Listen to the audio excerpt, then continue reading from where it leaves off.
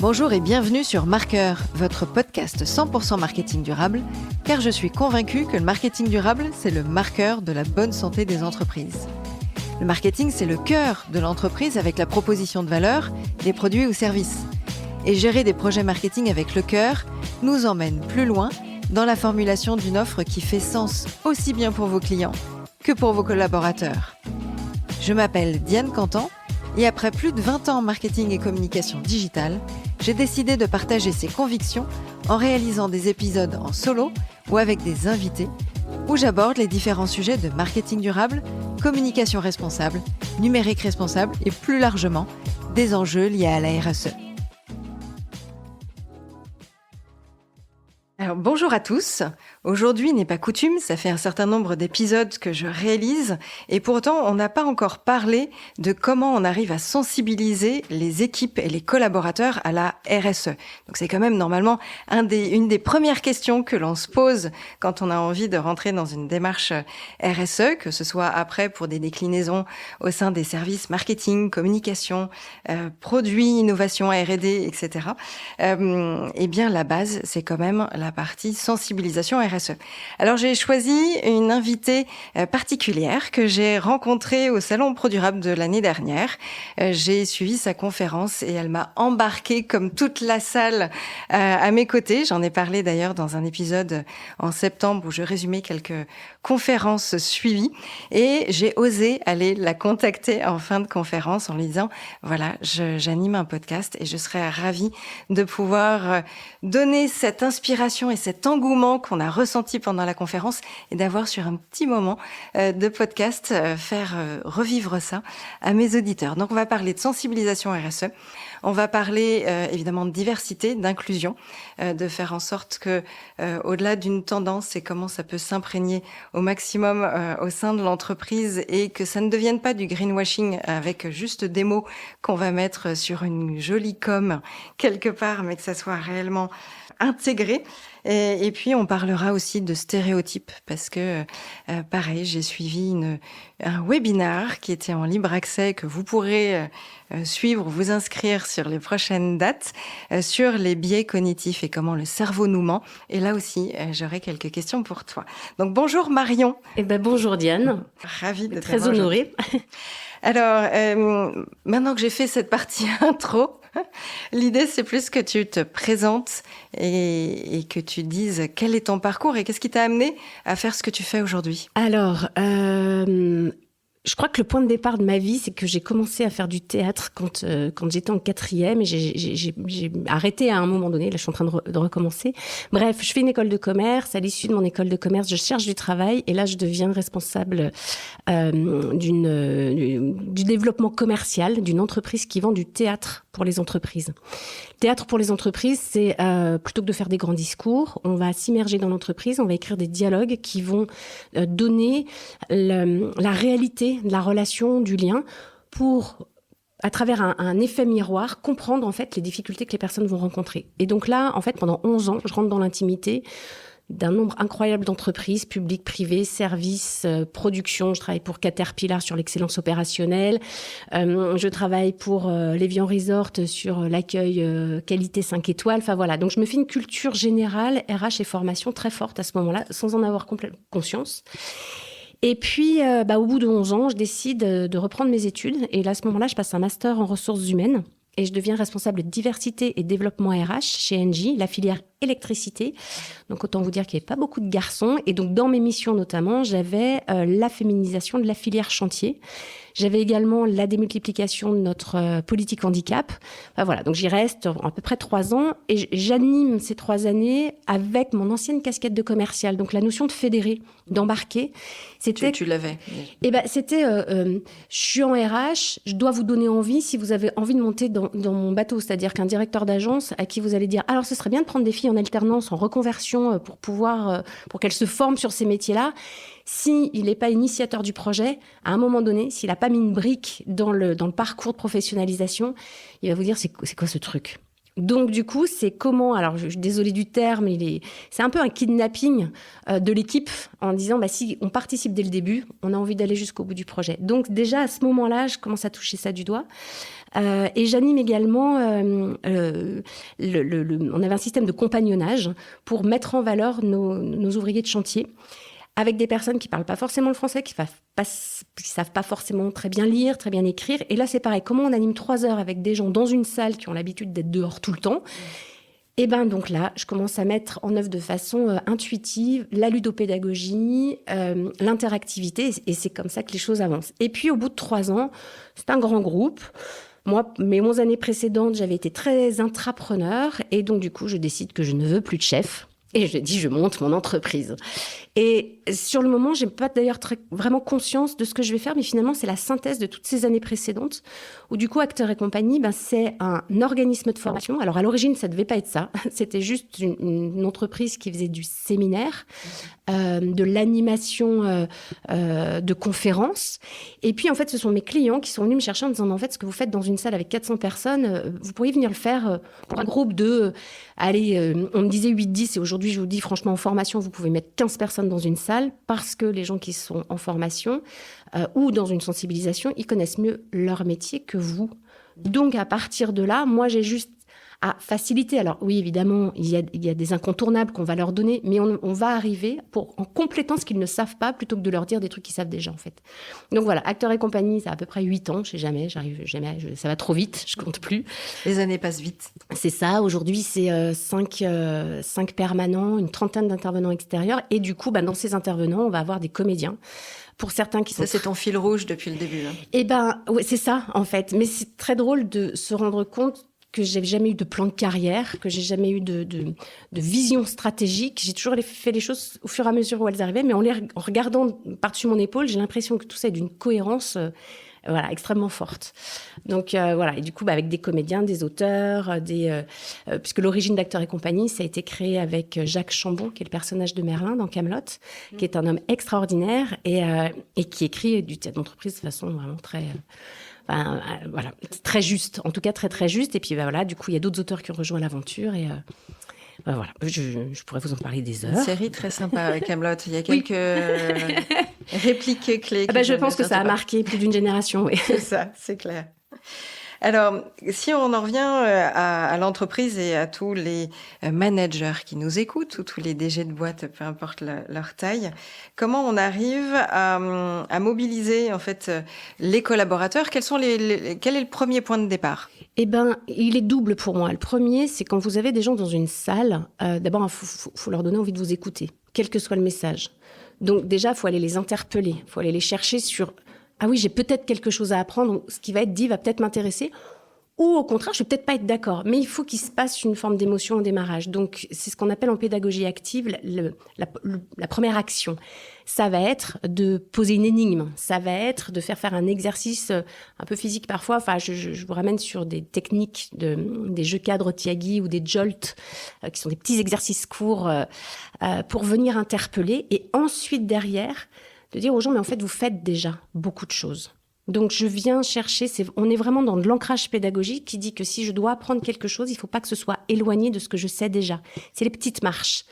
Donc, vous faites déjà plein de choses. Par contre, vous n'en avez pas conscience.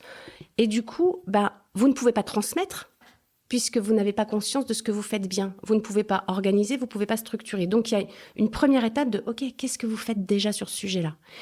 Et puis ensuite, petit à petit, en disant « Qu'est-ce que je peux faire pour aller plus loin ?» plus vite ou en tout cas avec plus de monde.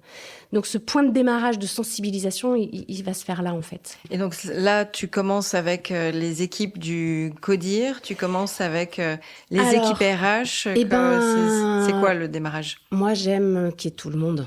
Parce que je trouve que pour une sensibilisation au point de démarrage, personne ne doit donner de leçons à personne.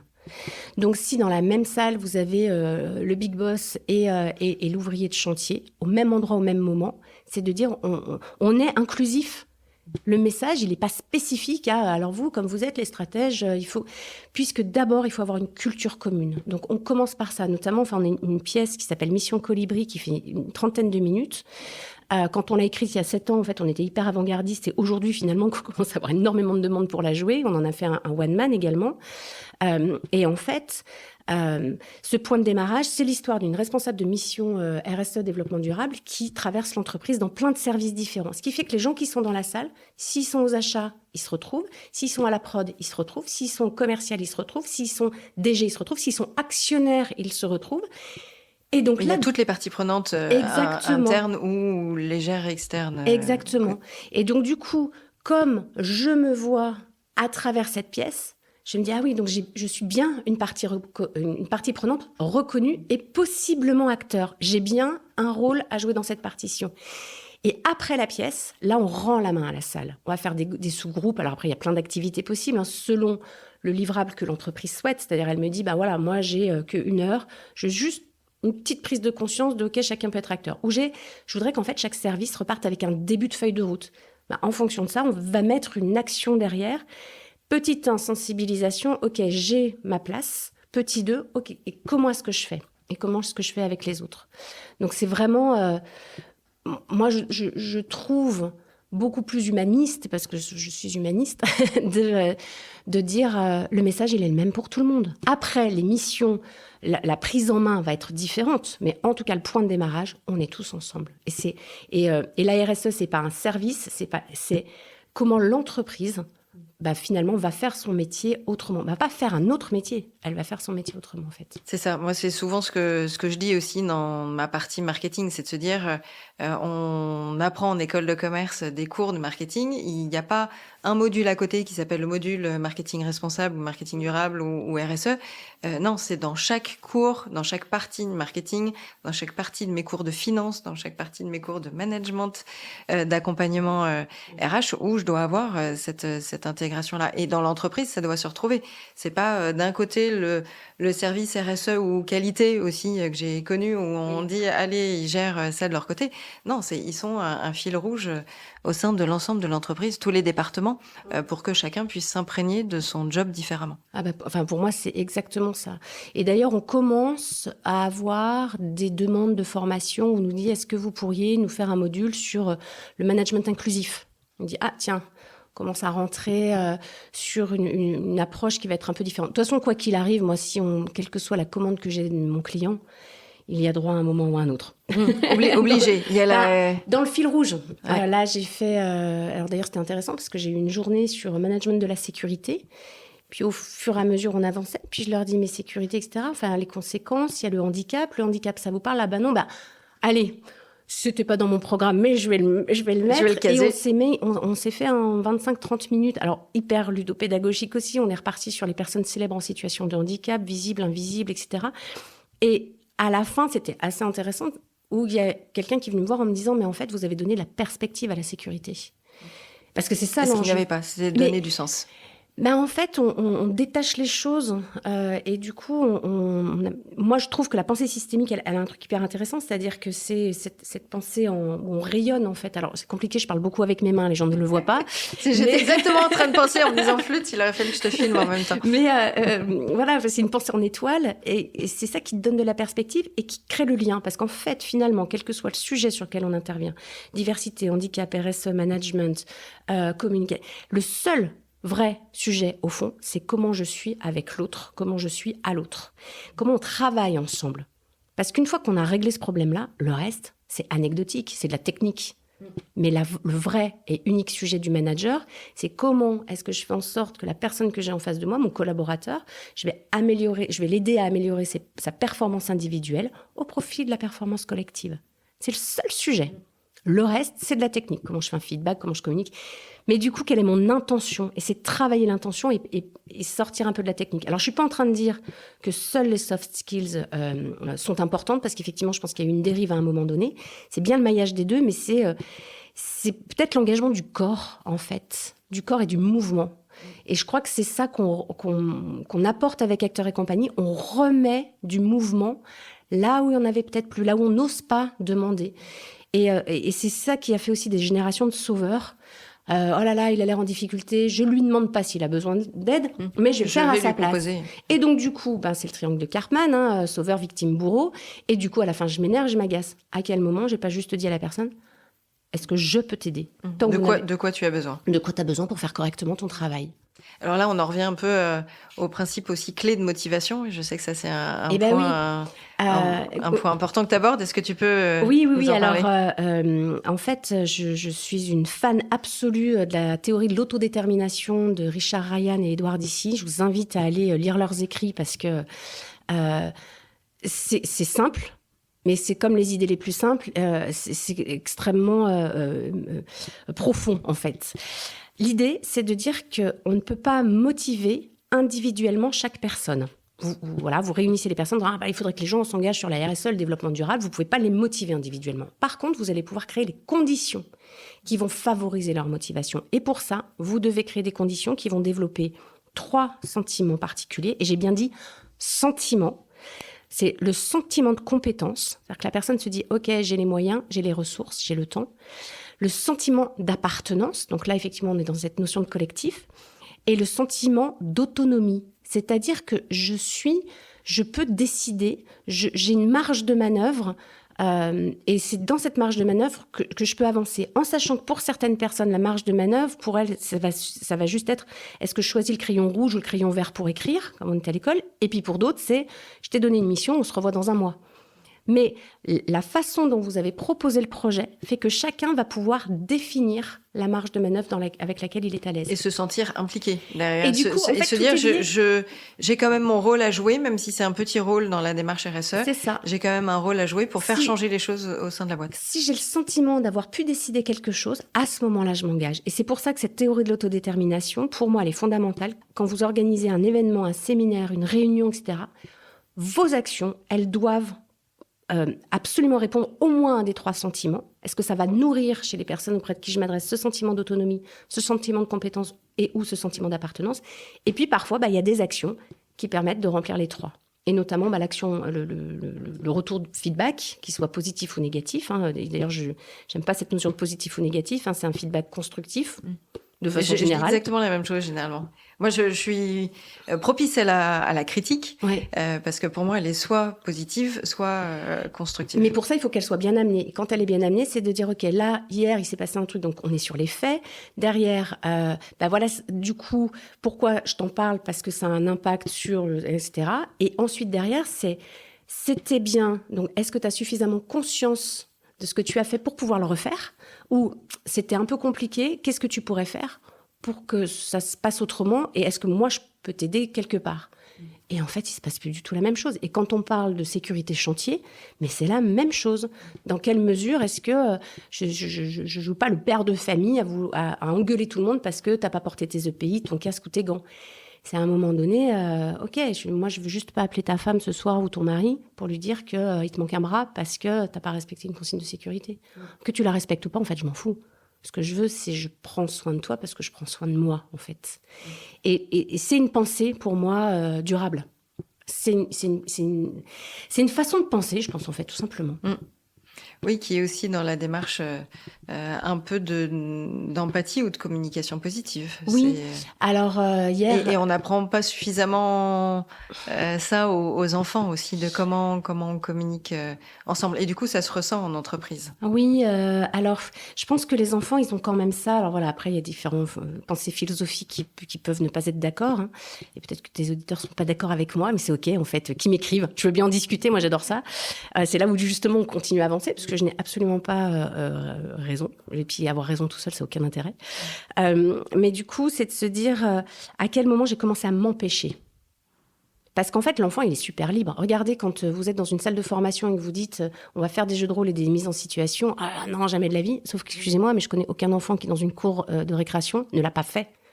Donc, on l'avait, ça. Et l'éducation, la croyance, le contexte, l'expérience aussi parfois, nous resserre petit à petit. C'est comment est-ce qu'on arrive à retrouver cette liberté pour aller oser faire des choses, en fait. Donc, pour moi, l'idée de l'empathie, attention à ne pas la confondre avec la compassion. Et c'est peut-être là où il y a un petit sujet. Il se trouve que hier, je formais des managers où le sujet a été évoqué et on a aidé cette manageuse à déplacer son curseur de la compassion vers l'empathie. En disant, je reconnais ta douleur et ta souffrance, mais ce n'est pas la mienne. qu'est-ce que tu peux faire. Alors que si je souffre avec toi, je peux plus t'aider, je suis dedans. Donc c'est là aussi où... et puis, on n'est pas médecin. Enfin, si je reviens dans le cadre de l'entreprise, on n'est pas médecin, on n'est pas psychologue, on n'est pas... Alors, il y en a qui le sont, mais globalement, c'est rarement le cas. Non, mais en tant que manager, on n'est pas formé à ça. Voilà, on n'a pas le diplôme qui va avec, on n'a pas la connaissance. Donc, d'abord, on n'est pas tout seul, c'est aussi d'aller demander de l'aide ailleurs. Et puis, de ne pas poser d'avis sur les choses. Plus être là en posture, alors, un peu galvaudé aujourd'hui, mais de posture de coach, dans l'interrogation, en disant, OK... est-ce que tu vois ce que toi, tu peux faire pour t'en sortir? C'est redonner le pouvoir. Je donne des cours dans un master RSE développement durable et sortie du Covid, j'ai un cours en visio, 60 élèves. Et la première personne lève la main en disant « Écoutez, madame, je voulais juste vous dire avant de commencer, moi, je vais mal. » Bon, un peu glaçant, je dis « Ok, qui se sent dans cet état-là ?» Là, ils me mettent des pouces un peu de partout. Bon, on va pas commencer le cours. Et là, je reviens aux enjeux de la sensibilisation. Je commence pas le cours parce que vous ne m'écouterez pas, en fait. Vous n'êtes pas disponible. Donc, il y a aussi l'enjeu de la disponibilité. Est-ce que je crée les conditions de la disponibilité de mon auditoire? Exactement. Et donc, du coup, je les ai envoyés en salle de sous-commission par groupe de 3 ou 4 parce que moi, je ne suis personne pour leur dire comment est-ce qu'ils peuvent aller mieux. Je leur ai dit, je vous demande, là, par groupe de 3 ou 4, de trouver une action concrète que vous pouvez mettre en place dans la semaine pour vous sentir bien. Une petite chose, peut-être une petite bricole de passer un coup de fil, j'en sais. Ils partent en salle de sous-com. Ils reviennent 15-20 minutes après. Ils ont rallumé tous leurs caméras. Ils ont le sourire jusqu'aux oreilles. Et l'année d'après, j'ai rencontré des gens qui m'ont dit « Vous m'avez sauvé mon année. » Mais ce que je lui ai répondu, c'est pas moi qui ai sauvé ton année. Tu as repris le pouvoir sur qu'est-ce que tu as envie, dans quel monde tu as envie de vivre, dans quel quotidien tu as envie de vivre. Et c'est ça qui est fort. Et donc, du coup, je reviens à nos histoires de sensibilisation et fédérées. Ça ne marche que si vous rendez le pouvoir individuel et donc le sentiment d'autonomie aux personnes, en fait. C'est beau tout ça. ça me fait... C'est plein de choses. Mais du coup, ça fait aussi écho...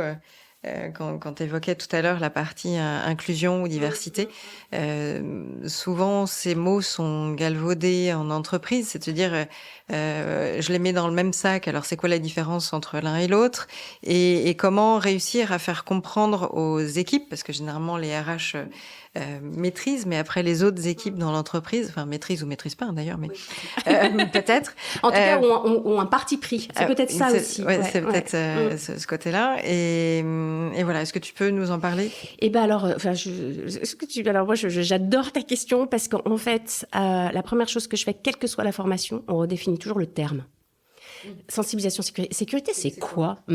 Formation manager, le premier sujet, c'est, mais en fait, c'est quoi un manager? Ça sert à quoi? RSE, développement durable, mais c'est quoi la RSE? Puis entre ceux qui disent le RSE, alors sauf qu'à l'origine, le RSE, c'était les réseaux sociaux d'entreprise. Donc voilà, déjà, en plus... C'est la RSE, la responsabilité sociétale des entreprises. Exactement. Mais déjà, social, sociétal... Pourquoi il y a 2 mots? Qu'est-ce qu'on met derrière? Et puis nous, on aime bien beaucoup de mots parce que les Anglais, ils ont réglé le problème, c'est CSA, et puis on n'en parle plus. Voilà. Bon. Mais du coup, alors allons sur les mots. Et du coup, ça permet déjà, en commençant à définir RSE et développement durable, de voir la diversité de l'approche, en fait. Et du coup, je perds peut-être le fil de ta question, mais sur l'histoire de la définition des mots, pour moi, c'est très important. Alors, de les diversité... définir. Inclusion. Alors, inclusion, pour moi, c'est très clair. L'inclusion, avoir une modalité inclusive, c'est d'avoir une modalité qui ne fait pas de cas particulier. J'ai un process qui fait que je n'ai pas besoin de dire « Ah oui, alors pour ceux qui sont en situation de handicap, pour ceux qui sont familles monoparentales, pour ceux qui sont en télétravail parce qu'ils sont loin, etc. » Non, en fait, la seule question, c'est de quoi as-tu besoin pour faire correctement ton travail.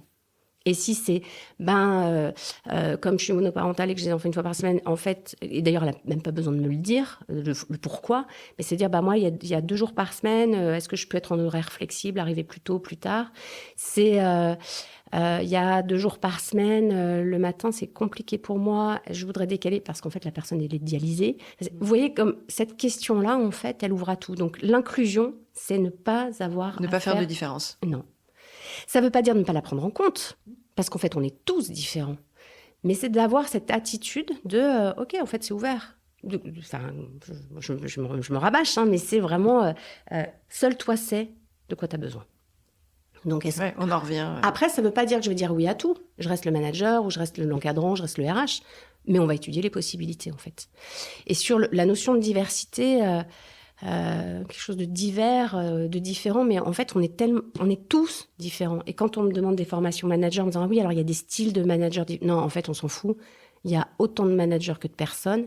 Et les styles, c'est des histoires de casquettes qui changent tout le temps. Bah oui, il y a des moments où on va être dans la sanction. Donc, je vais avoir ce rôle-là. Puis il y a des fois, je vais faire l'assistante sociale parce qu'en face de moi, j'ai quelqu'un qui a besoin. Et c'est en fait l'adaptabilité. C'est pour ça qu'on en revient aussi au principe du cerveau. Tu parlais de notre 75 minutes à perdre sur notre cerveau nous ment. En fait, on en a un autre qui est sur entraîner mon cerveau adaptatif.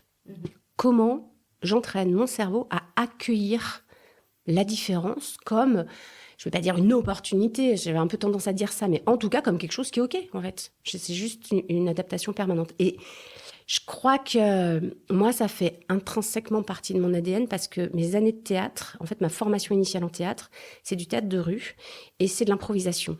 Et en improvisation, si vous construisez, je vous invite à aller voir des matchs d'improvisation, je dis bien des matchs, vous avez deux équipes qui s'affrontent, qui doivent construire ensemble une histoire que le public va juger, c'est-à-dire va dire laquelle des deux équipes a le mieux contribué à une belle histoire.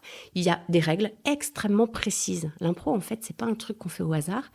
Et dans une des règles, il y a le refus de jeu. C'est-à-dire que si je te dis « Ah, Diane, c'est dingue, ça fait une éternité qu'on s'est pas vu » et que Diane me dit « Bah non, on s'est vu hier ». Diane, elle se fait siffler, voire elle peut même prendre une pénalité parce qu'en fait, c'est inspiré du hockey, donc on peut partir en prison. Donc elle peut partir en prison 30 secondes, voilà. Donc elle se fait extraire du jeu. Mais par contre... Parce que j'ai pas joué le jeu. Parce que tu refuses ma proposition. Alors du coup, qu'est-ce qui va se passer ? Tu pourras me dire, ouais, t'as raison. Et en même temps, c'est très étonnant parce que hier, je pensais justement à toi. Et l'histoire continue. Et cette action du oui et, il m'est arrivé de la mettre en place dans un grand groupe, dans un CODIR sur la RSE, le développement durable, où c'était oui mais non, ah oui mais non. Oui. Au bout d'un moment, je dis, écoutez, là on a 1 heure, à partir de maintenant, c'est oui et. C'est-à-dire que même si la proposition au cours de l'échange ne vous convient pas, vous devez trouver comment augmenter la proposition ou l'idée pour qu'elle devienne vôtre. Et avec ce subterfuge-là, ça devient une idée collective. Et on est dans une intelligence collective qui est organisée, en fait. Oui, et si on faisait aussi comme ça ? Oui, et on pourrait également rajouter ceci, enlever cela, inviter telle personne. Et du coup, à la fin, on avait des personnes qui nous ont dit, mais on ne sait plus de qui vient l'idée initiale. C'est notre idée. Donc c'est pour ça que je parlais un peu de kidnapping tout à l'heure. C'est aussi... Mais on a posé une règle. Et c'est ça aussi dans la diversité, dans la RSE, dans le développement durable. À un moment donné, quelles sont les règles de travail collectif qu'on met en œuvre pour que tout le monde trouve sa part ? Voilà. Enfin, alors, tu parlais aussi tout à l'heure un peu du handicap et des personnes en situation de handicap. Comment on peut aider les managers à mieux accueillir ces candidats, ces collaborateurs ? Ça se fait. Alors, pour moi, ça va se faire à plusieurs niveaux. D'abord, il y a petit 1, je recrute des compétences. Voilà, la personne, quelle compétence est-ce qu'elle a et est-ce qu'elle peut jouer la partition au sein de notre équipe. Selon la typologie de handicap, forcément, parce qu'il y a des handicaps qui ne nécessitent pas d'adaptation de poste. 80% des handicaps sont invisibles. Il peut y avoir du handicap psychique, il peut y avoir du handicap... les personnes en fauteuil, c'est que 3% des personnes en situation de handicap. Mais quand on dit handicap, on pense souvent fauteuil roulant. Donc déjà, c'est d'arriver à déminer ça. Petit 1, on sensibilise au handicap. Et le haut handicap avec un pluriel. Ouais, exactement. Donc voilà, on comprend qu'en fait, finalement, de près, de loin, on connaît tous quelqu'un qui est en situation de handicap. Alors c'est assez intéressant quand on fait ces sensibilisations, où là, les personnes vont dire « Ah, mais moi, finalement... » Les gens viennent vous voir à la fin. « Mais alors, moi, j'ai ça, mais est-ce que ça rentrerait dans le champ du handicap ?» J'en sais rien, je ne suis pas médecin. Mais par contre, je vous invite à aller voir votre médecin du travail ou votre médecin traitant et d'en discuter avec lui. Ça veut dire qu'on a déjà suscité un questionnement. Ensuite, par ailleurs, au moment de l'intégration, si on est sur des handicaps psychiques qui peuvent faire peur, parce que c'est les représentations qu'on se fait de tout ça, c'est aussi de prendre un temps avec l'équipe. On accueille quelqu'un, on est ensemble, comment on va travailler ensemble. Et parfois, ça permet de réorganiser le service. Et il y a quelque chose de super, super important. On a des petites scénettes courtes, justement, toujours en théâtre d'entreprise, qui permettent de faire ça. D'ailleurs, il y a une vidéo gratuite sur notre site internet, sur la RQTH, donc user et abuser de cette vidéo. Vous pouvez la télécharger voilà. Et vous en servir dans vos propres sensibilisations. qui est en fait de dire, il y en a une de ces notes qui s'appelle la mère poule, où la personne dit, oh là là, mais t'es en situation de handicap, mais alors t'inquiète, on va faire le job à ta place, etc. Et la personne dit, je te remercie, mais en fait, moi j'ai un outil qui est plus rapide que le tien, en fait. T'inquiète, je te montrerai. Et c'est justement pour ne pas tomber dans ce truc sauveur, victime, bourreau, œuvre sociale. On s'en fout. En fait, une personne en situation de handicap, elle a juste besoin d'un job pour être autonome. On en revient encore à ça. Donc maintenant, elle n'a pas besoin de votre compassion. Et ça, c'est hyper de la bienveillance, mais pas de la compassion. Exactement. Voilà. De l'empathie. Mais comme un collaborateur on a tous des accidents de vie. Comme un collaborateur qui un jour arrive, qui n'a pas du tout la même tête que d'habitude, parce que dans sa vie, il s'est passé quelque chose. Pas forcément du handicap, d'ailleurs. On peut parler de tout un tas de trucs perso. Et quand on rentre dans l'entreprise, on est une entité entière. On arrive avec son perso et son pro. Je ne dis pas qu'il faut faire l'étalage de son perso au boulot, mais c'est une réalité.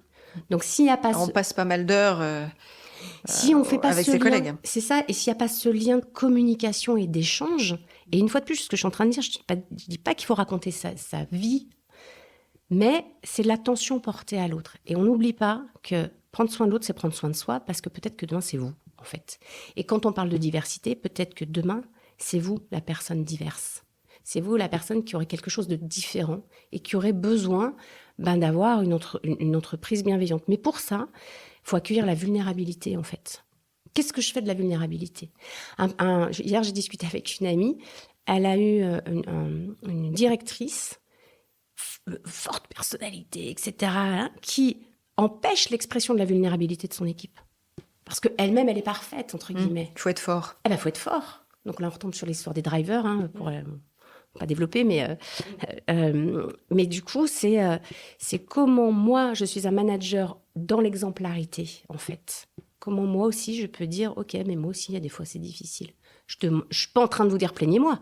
Je dis juste que j'accueille le fait que ça peut arriver à tout le monde. Et c'est toujours cette histoire de lien, en fait.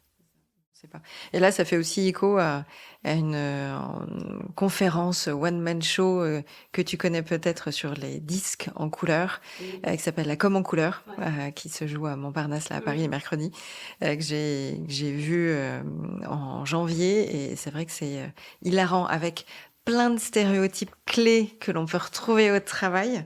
Mais du coup, ça me fait rebondir sur ces biais du cerveau et ces stéréotypes que l'on a. Alors, moi, j'ai toujours un peu de mal avec les cases, mais je pense que c'est ma personnalité qui est comme ça, et parce que je trouve qu'en fait, elles finissent par renforcer. En disant, ah ouais, mais moi, je suis comme ça, donc, est-ce qu'on me prend en considération ? Quand on parle des biais et des stéréotypes, en fait, on en a tous. Point barre, en fait. Non, personne n'est hyper ouvert. Moi, je me suis fait avoir. Quand je dis fait avoir, je vais vous donner un exemple de ma vie perso. J'ai eu un collaborateur qui a deux filles qui étaient en stage temporaire, etc. Puis un jour, il me dit, bon, t'as compris ? Je dis, j'ai compris quoi ? Je suis gay. Et là, dans ma tête, il y a deux synapses qui se rencontrent pas, parce que je me dis, il m'a dit qu'il avait des filles. Et là, tu dis, ah non, c'est pas vrai. Pauvre fille.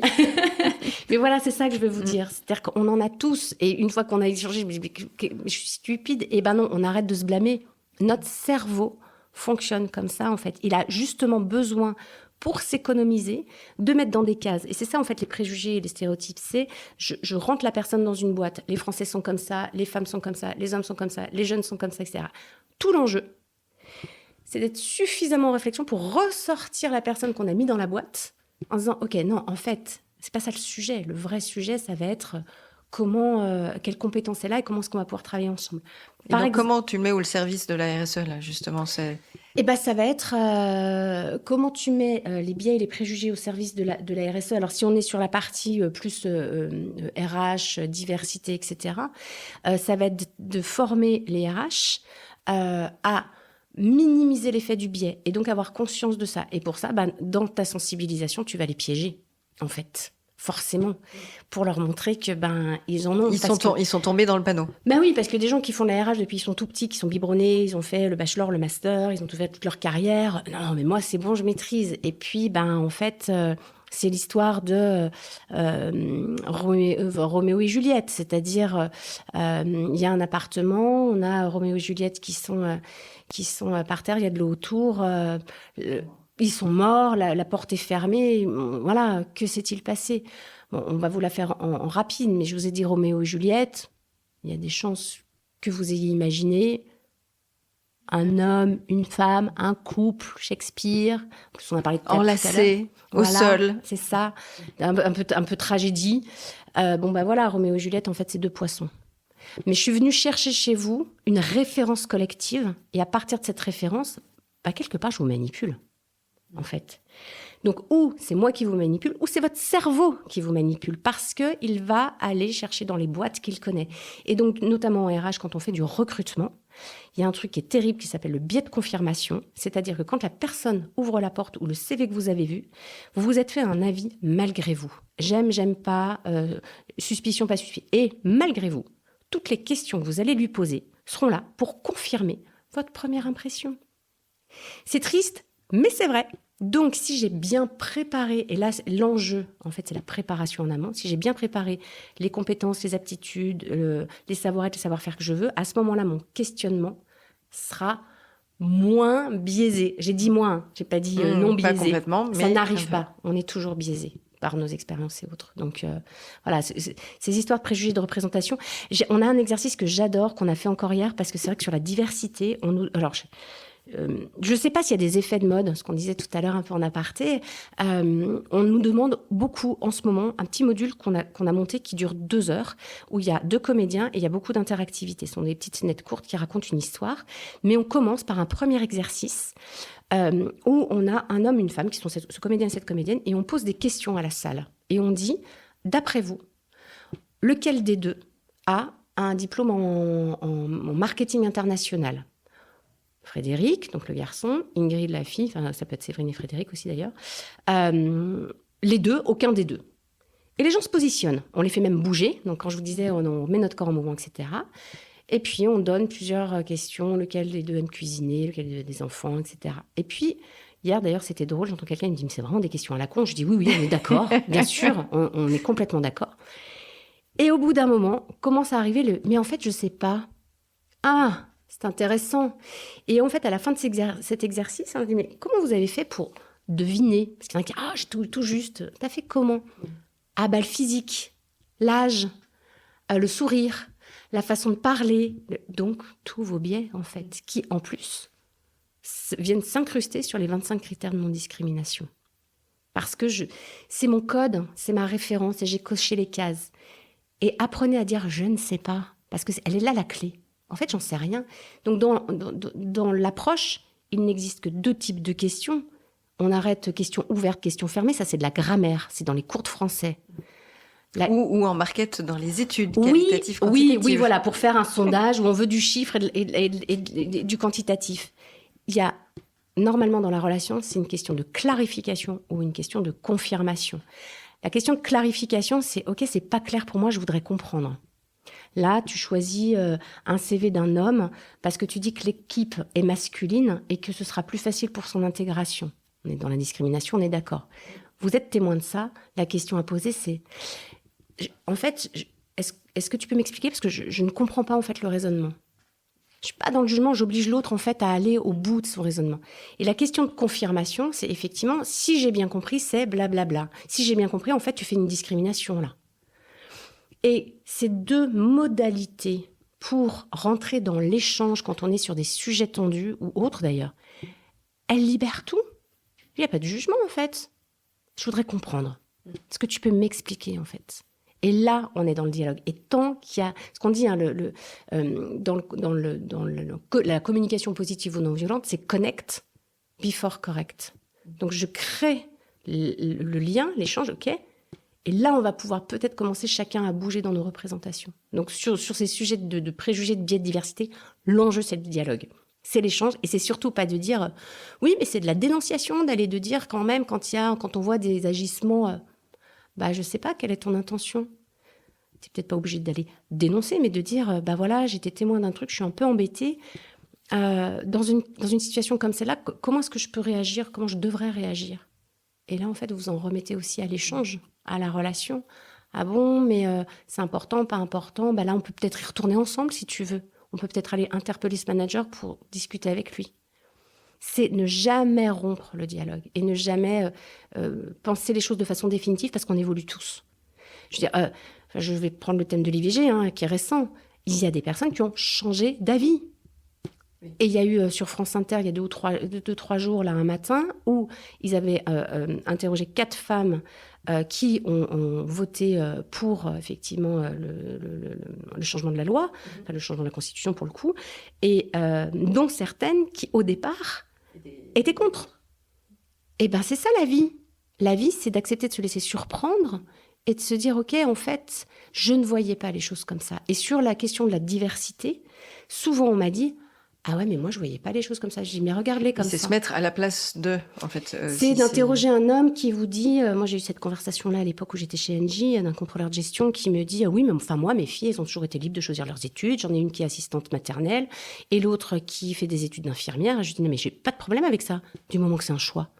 La question, c'est est-ce qu'elles se sont pas empêchées d'aller regarder sur un autre métier, en fait. Et je lui dis, imagine, ta fille, stage de 3e, elle le fait avec toi au contrôle de gestion dans notre boîte. Et puis à ce moment-là, tu as un chef de chantier qui lui dit, ah, ça te dirait d'aller visiter le chantier? Ah bah oui, carrément, elle y va, elle visite le chantier. Là, elle découvre qu'en fait, tu contribues à une entreprise qui construit des immeubles en éco-responsabilité, etc. Et là, elle trouve ça juste génial. Du coup, elle décide de faire des études d'ingénieur. Et puis elle va chercher un stage ou une alternance. Et ouais, mais c'est une fille, il n'y a que des équipes de mecs. Enfin, pas facile, l'intégration quand même. Et au moment où je lui dis ça, il me dit, ah ouais, mais vu sous cet angle. Et je lui dis, mais c'est ça. C'est juste ça que je te propose. Je te donne pas de leçon.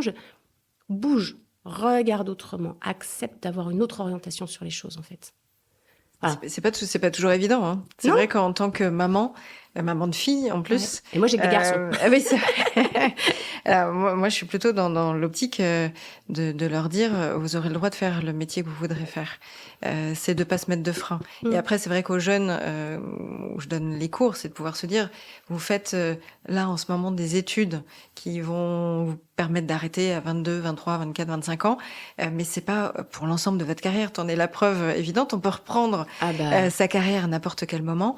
Donc on fera pas le même job dans la même boîte comme nos grands-parents. Je crois que on fera pas le même job dans plein de boîtes différentes. On sera amené à, moi, je pense que à voir les choses différemment. Ouais. Moi, je pense que les jeunes. Oui, mais c'est important. Enfin, voilà, en lycée, pas encore, parce qu'elle arrive déjà pas à savoir ce qu'elle veut faire après. Mais regarde cette pression. On dit, mon fils un jour, j'ai 2 garçons qui ont 19 et bientôt 20 ans, qui vient d'avoir 19, et ils ont une approche et une réflexion sur les choses où ce garçon de 19 ans qui a eu plein de difficultés, dyslexique, dyspraxique, dysorthographique, trouble de l'attention, dans une scolarité, mais aujourd'hui, il est juste en train de... Déjà, à 19 ans, il est auto-entrepreneur. Il va faire une formation en alternance en BTS négociation vin, bière et spiritueux. Mais son auto-entrepreneuriat, c'est dans de l'achat-revente à un niveau où, comme il voulait atteindre des grossistes, il lui fallait un SIRET. Donc, il a déjà 2, voire 3 métiers, parce qu'il est en train de réfléchir avec un truc avec son frère. Et quand je lui disais plus jeune, est-ce que tu sais ce que tu veux faire plus tard? Et il me disait non. Et je lui disais, c'est pas grave. Il me dit, alors pourquoi tu me poses la question? Ok, c'est bon, je vais arrêter. Et comme tu le dis très justement, en tant que parent, moi, si j'ai un seul conseil à donner à un enfant qui vous dit « Oh là là, je crois que ça va pas me plaire », mais t'as raison, tu l'as jamais fait. Essaye. Et moi, j'ai vécu, j'en parle parce que c'est vraiment ce que j'ai vécu. Moi, mon fils, à chaque étape, il m'a dit « J'arrête. Après le CAP, j'arrête de travailler. Je commence à travailler. Après le bac pro, je commence à travailler. » Puis là, on se retrouve en alternance avec un BTS. C'était absolument pas dans le plan et je suis ravie. Mais c'est parce qu'à chaque étape, j'ai dit « D'accord, puis tu verras bien, en fait. » Et peut-être que l'anxiété... Donc cette pression elle vient du « il faudra avoir un plan », tout en leur disant « Mais de toute façon, ça ne sert à rien d'avoir un plan parce que vous allez faire un métier qui n'existe pas encore. » Et donc on vit avec nos contradictions. Donc c'est aussi arriver à leur redonner de l'espace. Et pour revenir au fait d'avoir des filles et d'avoir des garçons, quelle autorisation et quelle responsabilité on a en mettant au monde ces jeunes adultes qui sont aussi ce qu'ils sont. C'est-à-dire qu'il y a une partie qui nous appartient, puis une partie qui ne nous appartient pas. Soyons très clairs, parce qu'on n'est pas tout le temps avec eux, voire de moins en moins, vu les âges quand ils grandissent. C'est aussi de se dire quelle éthique, quelle exemplarité j'ai, moi aussi. Et quand j'ai repris mes études, mon plus jeune, il me disait « Mais maman, pourquoi tu retournes à l'école ? Puisque tu sais déjà lire et écrire, en fait. » Et ouais. Et qui, aujourd'hui, ils me disent, maintenant qu'ils sont plus grands, ils me disent « C'est génial, tu nous as montré qu'en fait, que on pouvait apprendre tout au long de sa vie, on pouvait changer les choses tout le temps, en fait. » Donc voilà, il y a une... C'est un peu le message aussi à faire passer, moi, à mes filles, le fait d'avoir lâché une carrière, une boîte dans laquelle j'étais depuis des années et de se dire, je me mets à mon compte, je me mets en difficulté. Faut faire ce qui est bon pour soi. Et effectivement, quand il y a l'école, alors les choses bougent quand même. Moi, je vois, le parcours chaotique qu'on a eu, il y a eu de très belles histoires qui se sont passées. Et du coup, c'est pareil dans l'entreprise. À un moment donné, quand on rend l'autonomie de la personne, c'est pour ça qu'on voit notamment fleurir les intrapreneurs dans l'entreprise. Donc l'importance de l'intelligence collective aussi. Complètement. Là-dedans. Et sauf que l'intelligence collective, ça s'organise. C'est pas un truc qui existe tout seul, en fait. Il n'y a qu'à voir. Vous montez un réseau social d'entreprise en interne. S'il n'y a pas d'animateur, il se passera rien. C'est un truc qui fait flop très rapidement. L'intelligence, nous, on forme là un groupe. Tu conseilles potentiellement dans les boîtes cette intelligence collective vis-à-vis de la RSE ? Oui, et de le dispenser à tout le monde. On en revient à la même chose. C'est-à-dire que là, nous, aujourd'hui, on a eu un pilote avec une entreprise, un gros groupe, où on a monté un parcours de formation à l'intelligence collective et au Oser animer autrement, parce que c'est comme ça qu'aujourd'hui va s'appeler cette formation. Donc, Oser animer autrement, c'est oser animer mon équipe, ma réunion, mon séminaire, ma formation, la construction de mon projet. Et donc, dans ce parcours distanciel, présentiel, e-learning, c'est quelque chose d'assez complet. Là, on le transforme, on va aller atteindre les 200 managers et l'étape derrière, c'est les 1000 collaborateurs. Parce qu'il y a une compréhension de dire il faut qu'on partage le même code de travail. Tout à l'heure, j'ai dit comment est-ce qu'on travaille, comment est-ce qu'on est ensemble. Quelle est la règle de base pour travailler ensemble ? C'est comme on me dit oui, mais c'est évident. Ok, très bien, le Monopoly, c'est évident. On joue tous de la même manière. Non, l'argent qui est au milieu, là, comment on le récupère ? Dans certaines familles, c'est quand on fait un double 6. Dans d'autres, c'est dès qu'il y a un double. Donc, si on n'est pas d'accord sur la règle au démarrage, pourtant on joue au même jeu, ça se passe pas toujours super bien. Et donc, pour la RSE, le développement durable, c'est tout le monde a sa partition, tout le monde peut jouer. C'est comme un orchestre, en fait.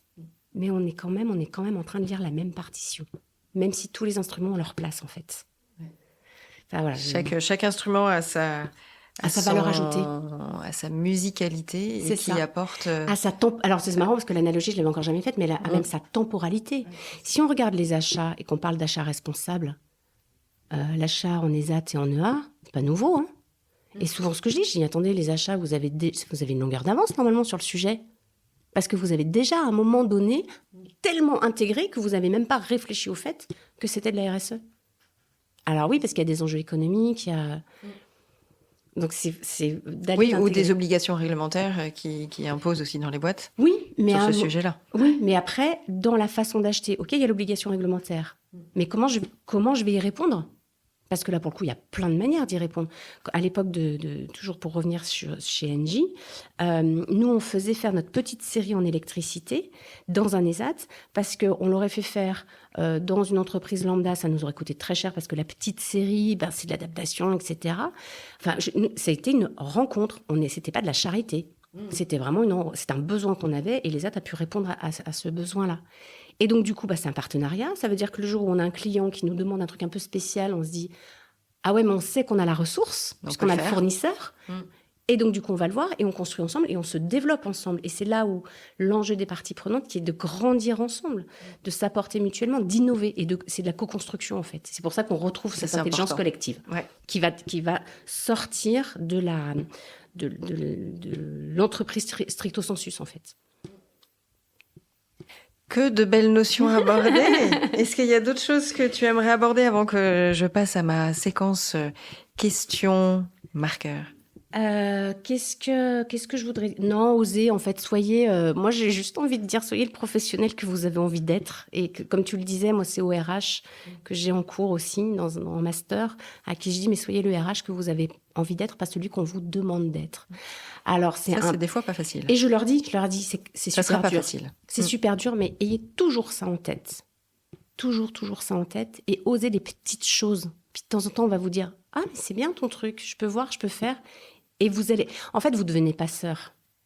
C'est ça l'idée. C'est-à-dire mais pour ça, il faut avoir conscience de ce qu'on fait bien. Sinon, on peut pas... c'est plus compliqué à transmettre. Oui, et du coup, on en revient aussi à la motivation. C'est le cercle tout vertueux. Est dans tout. Ouais, exactement. Alors, j'arrive à ma question sur le podcast, mon podcast qui s'appelle Marqueur et qui aborde le marketing durable, le marqueur de la bonne santé des entreprises. Et en même temps, parce que quand on fait les choses avec le cœur, on embarque les gens plus loin. Du coup, ça t'inspire quoi, ce nom-là? Marqueur. Cœur, d'abord. Cœur, humanité. Moi, en fait, tout est dit, je trouve. Parce qu'en fait, comme tu disais, on embarque avec le cœur. Tout à l'heure, on disait connect before correct. Je trouve que ça dit aussi de remettre du corps dans l'entreprise. Et quand je parle du corps, c'est ce mouvement. Tu parlais d'intelligence collective tout à l'heure. Dans Marqueur, il y a un côté qui n'est pas figé. On pourrait dire, une marque, c'est quelque chose... Au contraire, en fait, c'est multiplié et c'est... alors, le 1 plus 1 égale 3, c'est un peu bateau ce que je dis, mais c'est quelque chose auquel je crois profondément. Donc, pour moi, dans Marqueur, il y a ça, quoi. Ok. Et alors, est-ce qu'il y a une campagne de pub ou une histoire d'entreprise qui t'a inspiré dans un esprit, justement, d'attention à l'environnement, de planète durable, de marketing ou de la com responsable? Alors, de la com responsable, elle est difficile, cette question, parce qu'on peut avoir des coups de cœur à l'instant, et puis après, tu l'oublies. Puis non, on peut se dire, greenwashing. Donc voilà, non, en fait, c'est terrible. Il y a une forme des fois où on se fait un peu avoir. Et on peut se faire un peu de greenwashing aussi sur les sujets de diversité et d'inclusion en termes de com. Alors après, là, on parle comme grand public. Oui, mais après, c'était celle qui t'inspire. Ça peut être une que t'as vue et qui est du B2B.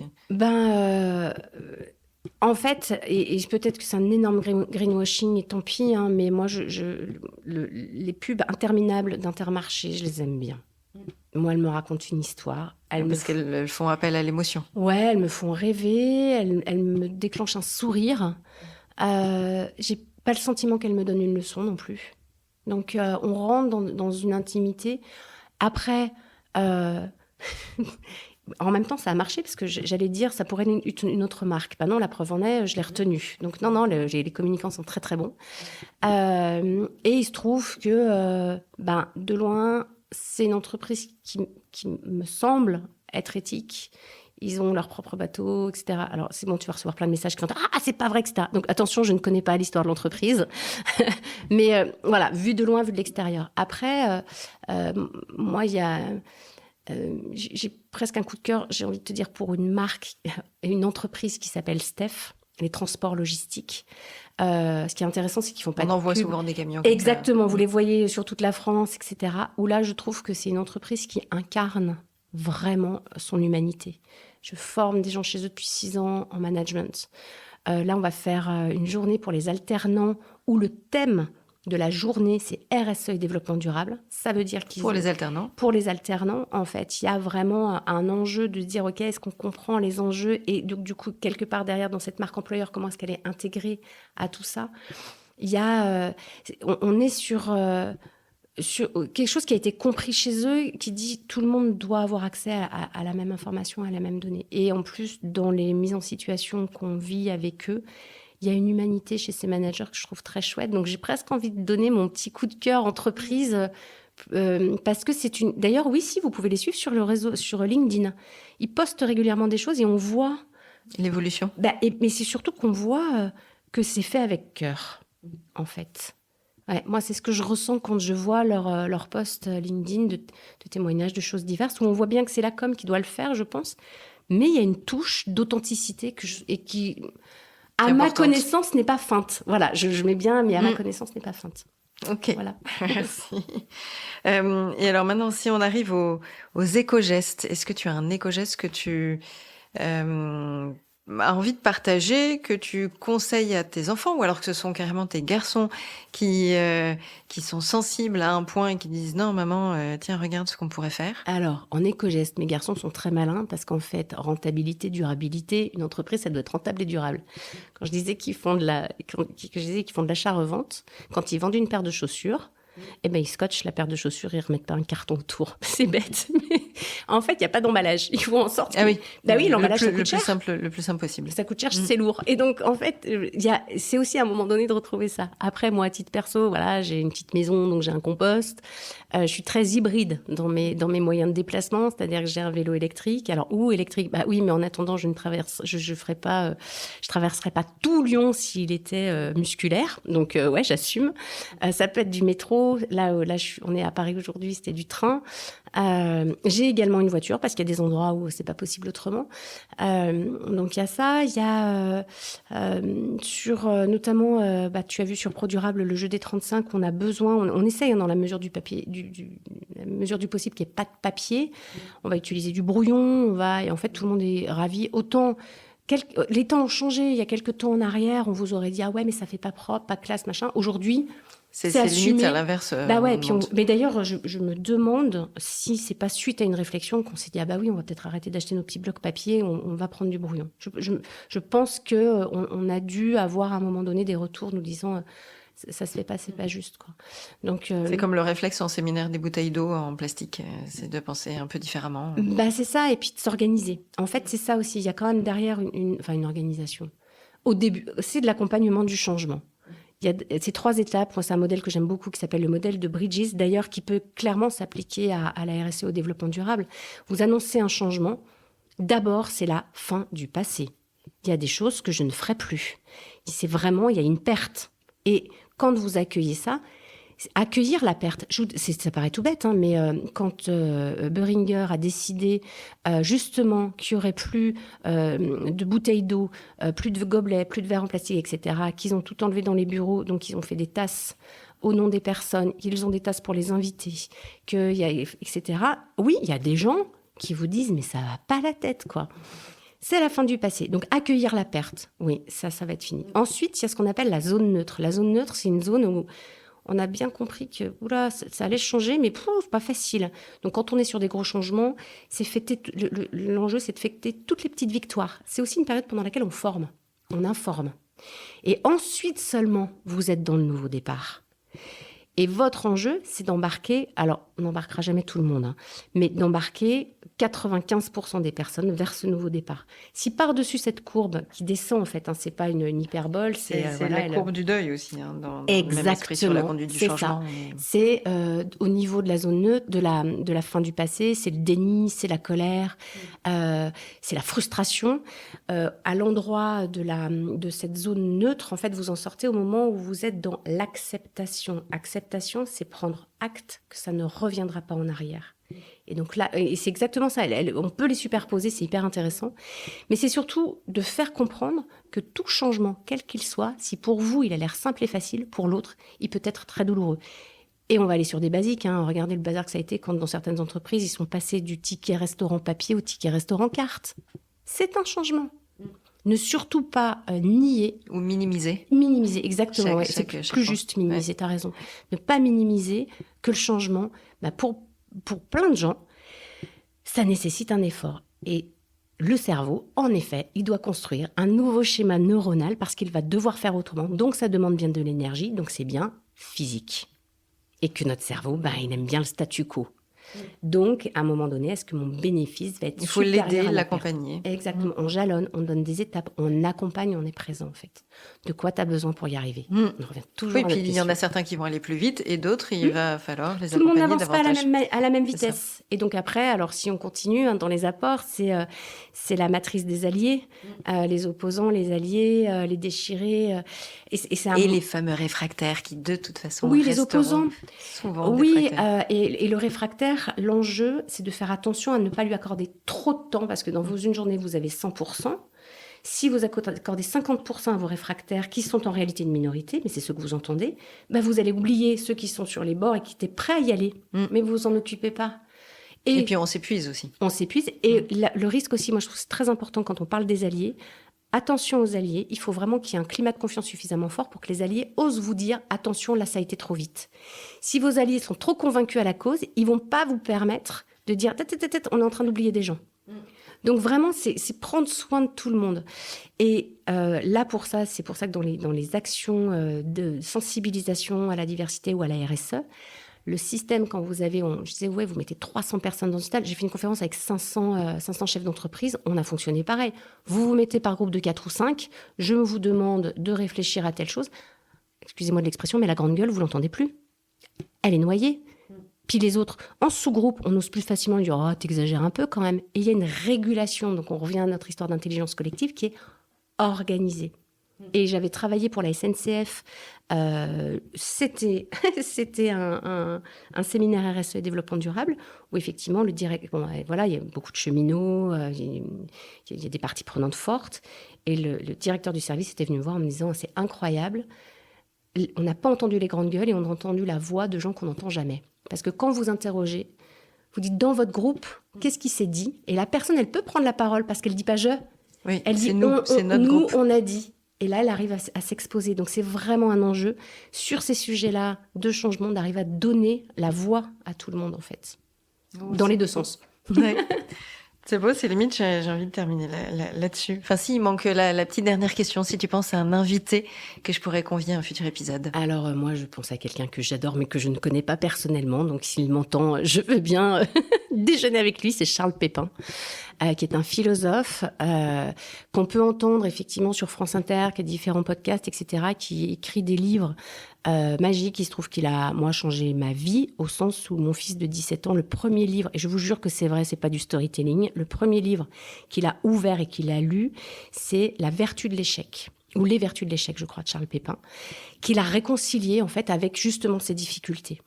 C'est de la philo. Moi, chez lui, celui qui m'a le plus marqué, il s'appelle « Quand la beauté nous sauve ». Sur le choc esthétique. Et c'est de l'approche philosophique. Et son dernier, il est sur vivre avec son passé. Il a écrit la confiance, il a écrit la rencontre. Il a une façon de vulgariser les choses. Je pense qu'on aurait tous rêvé d'avoir un prof de philo comme ça, en fait. Voilà. Hyper inspirant. Très, très, très inspirant et qui vous amène, là encore, à changer de regard. Et moi, c'est ça que j'attends de quelqu'un d'inspirant, qui me fasse bouger. Bon, en tout cas, je suis sûre que les auditeurs l'attendent trouver inspirante. Moi, j'aurais envie de rester encore des heures à échanger, à t'écouter, à découvrir les anecdotes aussi que tu as eues au sein des différentes entreprises que tu as accompagnées. En tout cas, n'hésitez pas à la contacter sur les réseaux sociaux, Marion Ferlin, à découvrir ce qu'elle fait avec son équipe au sein d'Acteurs et compagnie. Elle a sollicité pour sensibiliser les équipes quelle qu'elle soit, du coup, tout type d'équipe dans l'entreprise, sur la RSE, le développement durable, mais aussi les sujets qui te sont chers en lien avec la diversité, l'inclusion, et du coup, tout est un tout. Donc, merci beaucoup, Marion. C'était un vrai plaisir. Merci infiniment, Diane. Je me passe un excellent moment. C'était chouette. Merci. À bientôt. À très bientôt. Merci d'avoir écouté jusqu'au bout cet épisode. J'espère que mon invité ou mes invités vous ont inspiré et donné envie de passer à l'action. Alors n'hésitez pas à mettre 5 étoiles sur votre plateforme d'écoute favorite. Vous pouvez évidemment me laisser un message sur LinkedIn ou Instagram en m'indiquant les sujets que vous aimeriez que j'aborde et les invités que vous aimeriez entendre. J'ai besoin de vos likes et abonnements pour faire connaître mon podcast. Alors n'hésitez pas à en parler autour de vous et à partager sur les réseaux sociaux. Allez, je vous dis à très vite. Ciao.